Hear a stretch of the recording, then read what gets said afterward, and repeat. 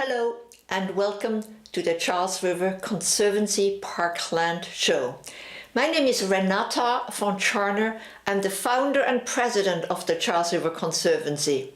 Today's show is a little bit different because, first of all, I'm by myself, and it's almost like a summary of what we do or a table of content. I've been doing probably well over 100 shows and have covered many topics from volunteers to swimming to skating, elected officials, and I will touch on some of these themes of what's happening along the Charles and what we're doing. And many of the topics you can look at on your own leisure on YouTube. So let's start with the map. We are always looking at the parklands from the harbor up to the Watertown Dam. It's a presentation I did for the advisors for the Charles River Conservancy because they kind of wanted to find out what does the Conservancy do and what happens along the river. We work the first 10 miles from the harbor to the Watertown Dam, but in fact the river is 80 miles long. And our mission is to make the parklands more active, attractive and accessible. So what does that mean, and what are all the things happening that might have an impact on that? You have seen some cranes. There are a lot of things happening along the river. I will not cover all these white areas, but you probably find a show on CCTV done by myself and somebody else about some of these areas. The Braille Trail in Watertown, a wonderful recent show, Daily Fields, this Superfund by the GSA, Greener Boulevard, I will show images. The Speedway site is undergoing construction. Boston Landing and New Balance, Hell's Half Acre has a new pass, Herder Park, a lot of work going on right there. The Alston campus is expanding, the underpasses, we are working on those. The I-90, probably the biggest project on the Charles River, we are very involved in that. Magazine Beach, a great project, improving pathways, Charles Gate, Esplanade improvements, the Longfellow Bridge, the Star Drive alignment, the Appleton pedestrian bridge, Mass Iron Ear. So a lot of projects, and then also the projects that the Conservancy is working on that are not site specific, and these are the things we're working on. Greener Boulevard, the way it is from Hell's Half Acre all the way down to the North Beacon Street Bridge. That's the way it has looked for ages and ages, with 4 lanes of traffic, a path often not protected, and that's how it will look. It almost looks like that. The trees are in, the path is in, and the grass is coming along. A great project, spearheaded by Herb Nolan of the Solomon Fund, greatly supported by the City of Cambridge, a wonderful project for Greener Boulevard. And across from Greener Boulevard is Herder Park and the Public Theater, a great, very deep park where many first-generation Americans come and find a place. But the Public Theater has been run down. It has not been open for many years, but that has all changed. And you see here a shot of volunteers supported by the Solomon Fund and the Ciccolo Foundation. A lot of volunteers of the Conservancy have helped to restore the stage, the benches, and Harvard has contributed some money for the lighting. So the Conservancy, we had over 28,000 volunteers work with us, and they have worked the equivalent of $1.8 million and about 2,000 people every year. Where do they work? Every dot represents an event. So from the harbor up to the Watertown Dam, again with heavy emphasis on Herder Park, Magazine Beach, but all along the river. And a very important project that has several TV shows about it is the Anderson Memorial Bridge, which is undergoing renovation. And we want to make it possible that you can bike from the Museum of Science all the way up to the Arsenal Bridge without having to cross a bridge, just go underneath. So because the Anderson Bridge was the first to be restored, we suggested to have an underpass, this rendering from the GSD, and here is a more accurate rendering the way we want to see it done, and the permitting for that is currently happening. Mass DOT has completed 25% of design and they already moved the pipes to make it happen. Now the biggest and most exciting project on the river is this place called Beacon Yards. There are not many yards right there other than railroad yards. You see that is where the toll booths are, and because the Mass Pike is straightening that area, and there are 50 acres of land that are really ready for a whole new neighborhood. And what also could be made possible is a place where there could be a new open space on the Charles River, an Alston Esplanade.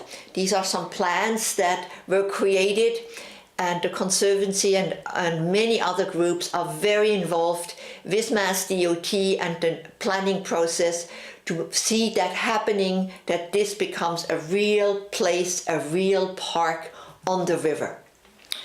We're going across the river to Magazine Beach. Again, I have done probably 2 or 3 shows about Magazine Beach with Kathy Susie, who's doing a wonderful job to bring this great place back, and it's right across from the proposed Alston Esplanade, and envisioning has taken place what should happen to the old bathhouse with stones that were built from the magazine. And so that is happening, and you can find that also on their website. Currently under construction is the Memorial Drive Historic Parkway. It was already permitted in 2009, but the work is only now being done because of the environmental bond bill. But what it means that there will be a separate path for pedestrians along the water, and then a new path a little bit further in, kind of halfway between the pedestrians and the cars, for bicyclists. What also already happened in the first phase is that the parking was removed, so that now as you drive by on Memorial Drive, you actually see the water. A great improvement, and DCR is doing a wonderful job doing that. We are crossing the river over to the Longfellow Bridge. This is what you see now, where 2 lanes of Storrow Drive is on the one bridge and 2 lanes are on the other. And the proposal, which is part of the Esplanade 2020 vision that John Shields spearheaded, is to put both directions under one arch, and that means there will be larger parklands. A wonderful project, and many people are working on that, including the Esplanade Association, to make that a reality. We are still on the Boston side, going downriver to the lock and dam area. It's the former lock, that where is the lock of the Charles was there, and the dam. There were 2 locks, and they can still be seen as you drive through that area with the Boston Duck Tour. The proposal is to create a new bridge from that area, which really should be the entrance area to the Esplanade over to the Museum of Science, so that you don't have to go over the Craigie Bridge, which is a very difficult part to cross, and to make that a real entrance area. You also see there a kind of enclosed water area that would be great for a swimming area. Here you see it from a different angle. This would be a wonderful place to swim and to have a pavilion where the current Lee swim pool now is. We are now coming to the North Point development. I will not dwell further on that. A whole new city in Cambridge is being built, and I did a show on that with somebody from HYM, and now it's Sifco who is working on that. But I want to move on to swimming. We have been organizing community swims and also swim races. That's the Charles River Swimming Club who did this swim race. But since 2013, we've had several community swims because we want to see swimming happening in the Charles. We did a feasibility study for this site in North Point Park, and that is what we envision, to see a place which has both deep water and shallow water, and to have a floating swim area, docks, but it would be actually the water of the river that would be used for that facility. So here is the rendering of that swim park, and we will have several charrettes to get input from people. So if you think I'm going a little bit fast, which I know I'm going, you can always go back to the YouTube of that particular show and look at the images in a more quiet fashion. And many of those topics have been covered in individual shows, like the principle of Stantec. Jeffrey Simon did a show on this swim park because they did the feasibility study for this swim park. Now to an area that I love, the Lynch family skate park. This skate park has taken a long time to build. Here you still see North Point Park as an area which is really still an industrial wasteland. It has come a long way. It's now a real park. And underneath this swinging ramp is the skate park. And here it is, the skate park. It opened a year ago, in November 2015, with 2,000 people there. It was quite a scene, and any day you go there, almost at any hour, you will see young people using that skate park. And something, some days you might even see that, Andy McDonald, that was on the opening day. So you see he's having there a handstand, and he's holding his skateboard with one hand, and as he drops back down into the bowl, he would put the skate park underneath his feet. So he's born in Newton. A lot of extraordinary talent comes to this skate park. And something that grew out of the skate park is skateboarding for good. With the help of some donors, we partnered with Youth Empowerment Service, yes, and they bring young people to the Conservancy. Then they do volunteer work, and then they will get a skateboard, and they will get lessons as well as helmets, so they can become active skateboarders. There is already a bridge, North Bank Bridge, right next to the skate park. So that has been built, a wonderful gift from the federal government for part of the Recovery Act. And the other two bridges, the South Bank Bridge and the Bascule Bridge, are currently under design by DCR and their engineers, and they will be paid for by the mitigation funds for the Big Dig. And with these bridges, it will then be possible to move across this area much easier, to go to North Point Park, to come from North Station. Finally, this area, which before was really landlocked and unattractive and inaccessible, will become part of the parkland environment. So up to now, I kind of showed you site-specific things. I also showed you a little bit about Conservancy volunteers. We did a book called Inventing the Charles, River Stories, Google Tracker, River Sing, Sunday Parkland Games, and Advocacy. In 2002, we co-published with the MIT Press this book by Carl Haglund, Inventing the Charles River. Wonderful reading. It's research of 18 years, and the Conservancy co-published it and added contemporary pictures from Peter van der Walker to it. Every 5 years we publish a collection of stories called River Stories, and the third volume, number 3, has stories by Tom Ashbrook, Stephen Greenblatt, Megan Marshall, David Ferry, David Gessner, Mike Dukakis, Bill Ron, Nancy Seasholes, Florence Ladd, Liza Ketchum, Peter Howe, and Ferdy Hellweger. Wonderful reading, and as the cover indicates, also watercolors and this great spread of pictures by Frank Costantino of all the bridges. So that's a jewel that you can find on our website.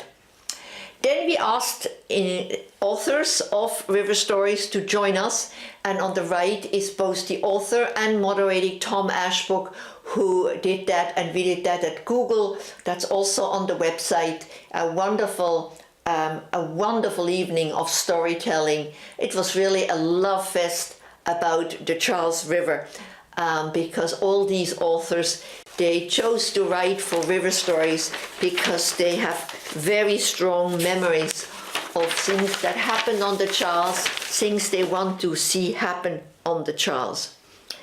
Also part of this work with Google was that Google lent us a tracker. So you see here Evan from the Conservancy taking pictures along the banks of the Charles. And these, just like Google Map pictures, are now available on Google Maps all along the Charles, both on the water and on the land. Because as you know, Google Maps normally has street images, but not water images. So that now also is available, and a great addition to making this river accessible and make it easy for us to fall in love with this river. Revels and River Sing is a project I love. It has started in 2004 when George Emlyn, the former music director, and I decided, well, we really would like to have a celebration that combines the revels that you might know from Christmas revels in Sander Theatre, and bring them to the river for autumnal equinox celebration, which normally happens at the end of September. And here you see thousands of people singing.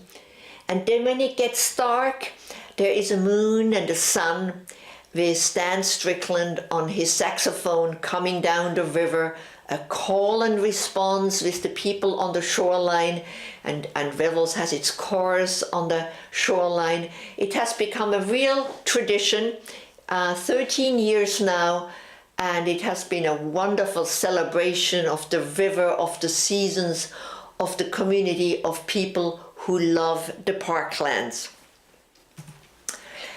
Sunday Parkland Games is another tradition that has now been going for 8 years. We bring them to different places, to North Point Park here, to next to the Weeks Bridge, but also to Herder Park, where hundreds of families every Sunday can play with equipment that is made for every size, from 2 years up to 99 years. There is the right equipment, and there are instructors who show you what you could do with all that equipment. It's a wonderful program for families who cannot leave town on a summer Sunday afternoon, but they want to be on the parklands.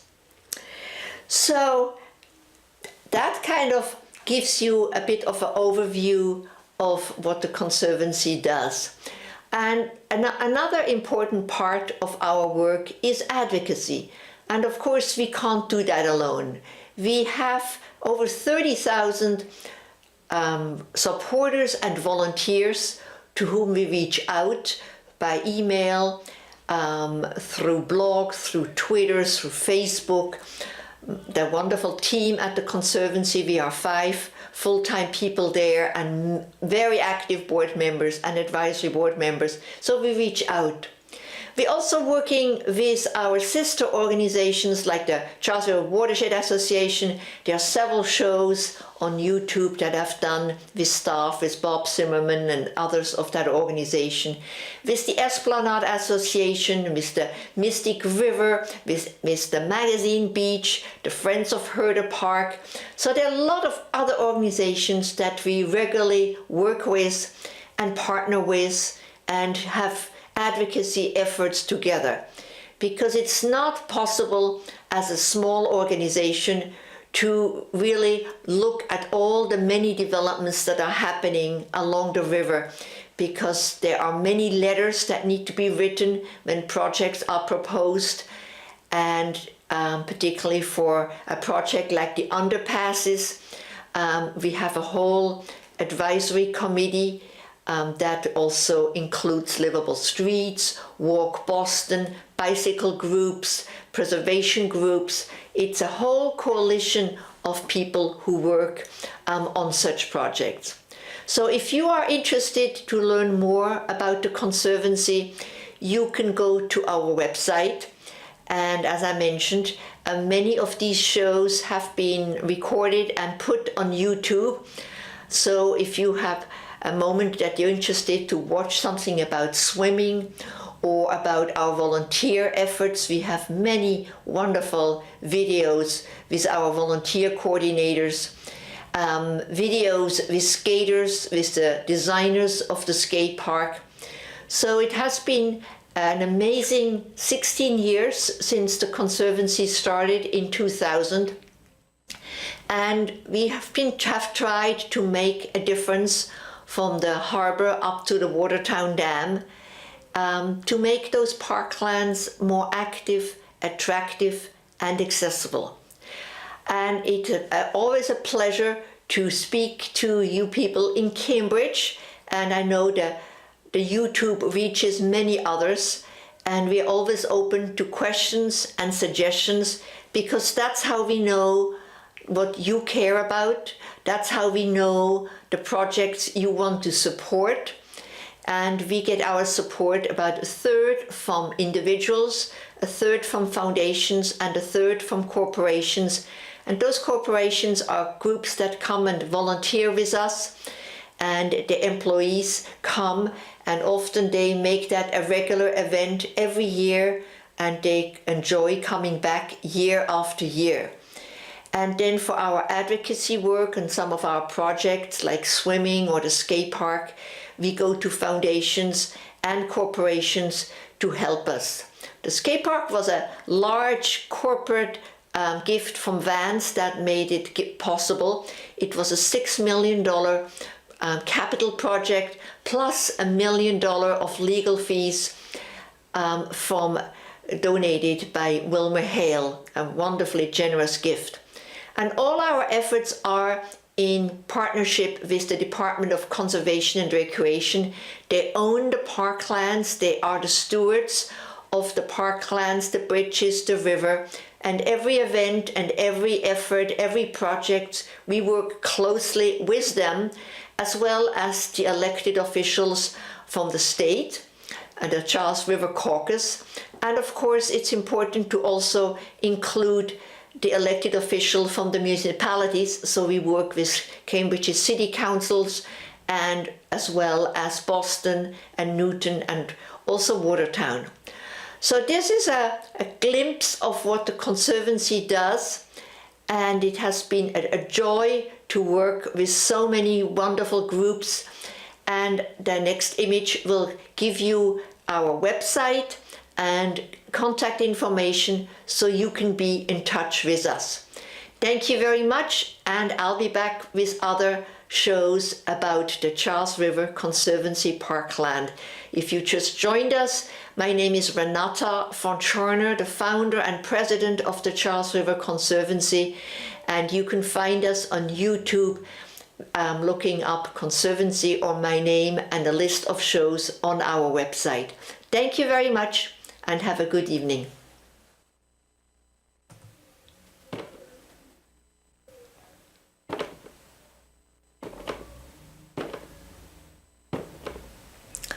have some technical problems, but it's coming. So these are some of the interviews I've done over the years at CCTV and also on BNN with civic leaders. And here is our website where you can find information. Thank you very much.